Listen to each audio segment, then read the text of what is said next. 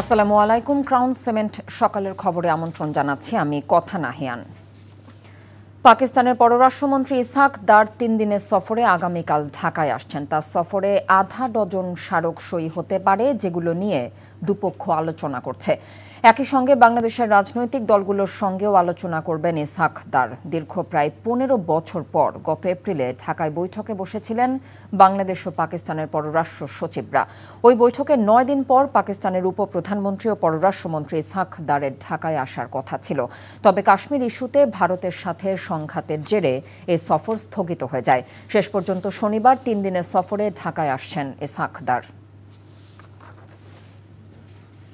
বিএনপির পর এবার সিলেটের সাদা পাথর লুটে জড়িত থাকার অভিযোগ অস্বীকার করেছেন জামায়াতে ইসলামী ও জাতীয় নাগরিক পার্টির শীর্ষ পর্যায়ের 4 নেতা। গতকাল বন্দরবাজার এলাকায় জামায়াতের মহানগর কার্যালয়ের সংবাদ সম্মেলনে বলা হয়, প্রকৃত অপরাধীদের আড়াল করতে ষড়যন্ত্রমূলক জামায়াত নেতাদের নিয়ে অপপ্রচার চলছে। এ সময় মহানগর জামায়াতের আমির মোহাম্মদ ফখরুল ইসলাম সহ অন্যান্যরা উপস্থিত ছিলেন।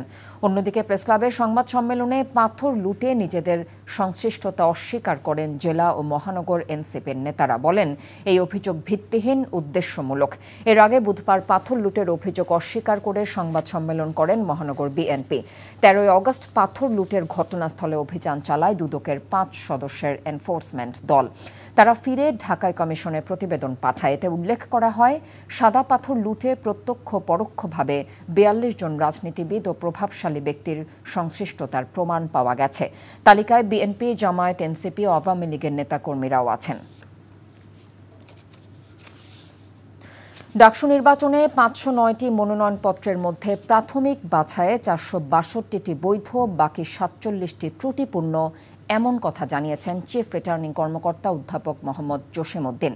তিনি আরও জানিয়েছেন, 25 আগস্ট পর্যন্ত প্রার্থীরা ঢাকা বিশ্ববিদ্যালয়ের হল এবং ক্যাম্পাসে কোনো প্রচারণা চালাতে পারবে না।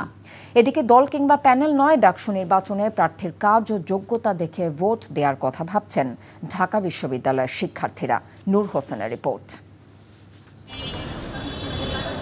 ঢাকা বিশ্ববিদ্যালয় কেন্দ্রীয় ছাত্র সংসদ ও হল সংসদ নির্বাচনের মনোনয়নপত্র জমাদান শেষে চূড়ান্ত হয় প্রাথমিক প্রার্থী তালিকা। এরই মধ্যে ডাকসুতে পূর্ণাঙ্গ প্যানেল ঘোষণা করেছে ছাত্রদল, ছাত্র শিবির, গণতান্ত্রিক ছাত্র সংসদ সহ বামপন্থী সংগঠনগুলো। প্রতিদ্বন্দ্বিতা করছেন স্বতন্ত্র প্রার্থীরাও। তবে প্যানেল কিংবা দল বিবেচনায় কাউকে ভোট দেওয়া হবে না বলে জানাচ্ছেন বিশ্ববিদ্যালয়ের শিক্ষার্থীরা।